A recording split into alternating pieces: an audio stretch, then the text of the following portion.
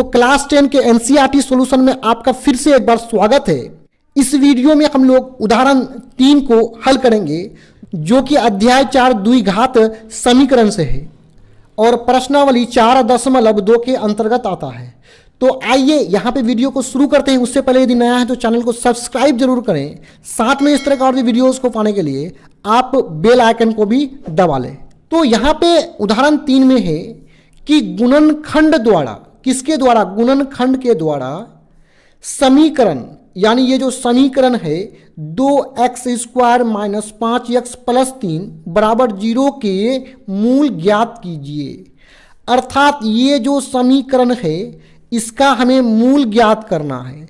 मूल मतलब ये हुआ कि हमें x के मान को ज्ञात करना है और x का मान को ज्ञात करने के लिए हमें गुणनखंड विधि का प्रयोग करना है। तो आइए सबसे पहले ये जो समीकरण दिया हुआ है इसको उतार लेते हैं। तो यहां पे लिखेंगे दिया है और समीकरण को उतार लेंगे।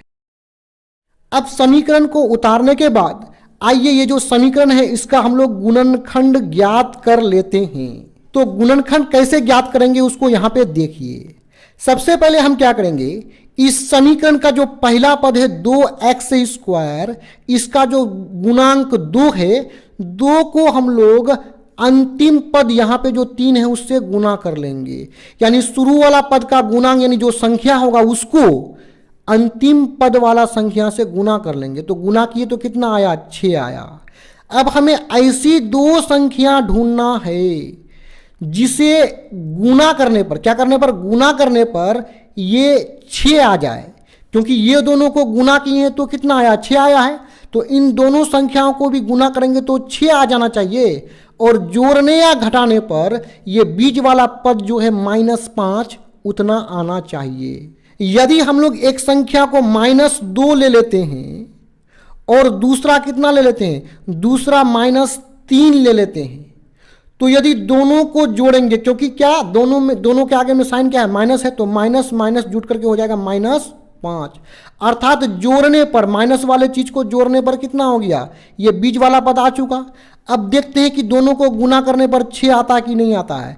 तो -2 गुना -3, तो माइनस माइनस हो जाएगा प्लस, 3 दूना 6 और प्लस को आगे लिखा नहीं जाता है। तो गुना किए तो कितना आ गया?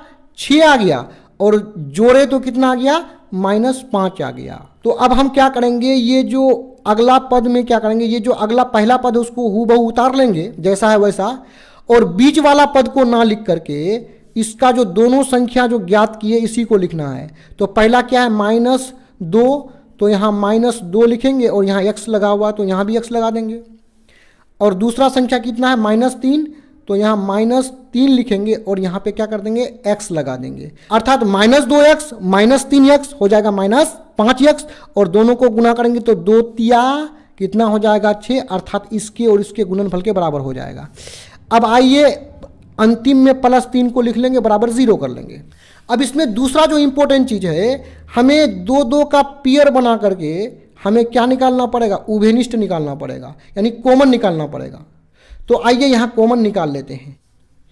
देखिए इन दोनों में से उभयनिष्ठ निकालना, तो ये पहली संख्या क्या है? 2x²। तो 2 का गुणनखंड कितना होगा? 2 से चलाएंगे, 2 1 कम 2, अर्थात 1 को नहीं लिखेंगे, केवल क्या है? 2 है और यहाँ x के साथ स्क्वायर है तो लिख लेंगे x गुना x। अब दूसरा संख्या क्या है? 2x है, तो 2 का गुणनखंड 2 ही होगा और यहाँ x है तो गुना x। अब देखेंगे दोनों में उभयनिष्ठ गुणनखंड कौन सा है। तो यहाँ 2 है, यहाँ भी 2 है, तो ये उभयनिष्ठ है, कॉमन है। यहाँ पे x है और यहाँ पे इसका मैच कर रहा है, तो ये दोनों क्या है? उभयनिष्ठ है। अर्थात जो उभयनिष्ठ होगा उसको निकाल लेंगे। तो उभयनिष्ठ क्या निकला? 2x, 2 गुना x मतलब 2x, तो यहाँ पे लिखेंगे 2x और यहाँ पे 2x² का क्या बचा? केवल x बचा है, तो 2x² के स्थान पर x लिखेंगे, बीच वाला माइनस को लेंगे और 2x में सभी उभयनिष्ठ निकल चुका है, कुछ भी नहीं बचा है। तो जब कुछ भी नहीं बचेगा तो उसके बदले में हम लोग 1 लिख लेंगे और ब्रैकेट से बंद कर लेंगे। अब आइए इन दोनों के बीच उभयनिष्ठ निकाल लेते हैं। तो यहाँ पे क्या है? 3x मतलब 3 गुना x और यहाँ पे 3 है और 3 का गुणनखंड क्या होगा? 3 ही होगा। अब दोनों में उभयनिष्ठ क्या है, केवल 3 है, क्योंकि 3 यहाँ भी है और यहाँ भी है, यानी मैच कर रहा है, तो ये उभयनिष्ठ है। तो उभयनिष्ठ को निकाल लेंगे बाहर और आगे में माइनस चिन्ह का प्रयोग कर लेंगे। यहाँ पे उभयनिष्ठ कितना निकला है, कॉमन 3 निकला है, तो 3 को लिख लेंगे। अब यहाँ 3x है, तो 3x में क्या बचा, केवल x बचा है, तो 3x के स्थान पर x लिख लेंगे। अब देखिए ब्रैकेट से पहले जो संख्या है उससे पहले हम माइनस लिए हैं, तो ब्रैकेट के अंदर जो भी संख्या आएगा उसका साइन बदल जाएगा, उसका चिन्ह बदल जाएगा। तो यहाँ प्लस है तो इसका साइन बदल करके माइनस हो जाएगा। अब 3 का सभी क्या उभयनिष्ठ निकल गया है, बचा कुछ नहीं है, तो जिसका कुछ भी नहीं बचेगा तो उसका हम 1 ले लेंगे और ब्रैकेट को बंद कर लेंगे, बराबर कर देंगे 0। अब देखिए इसको और आगे बढ़ा लेते हैं।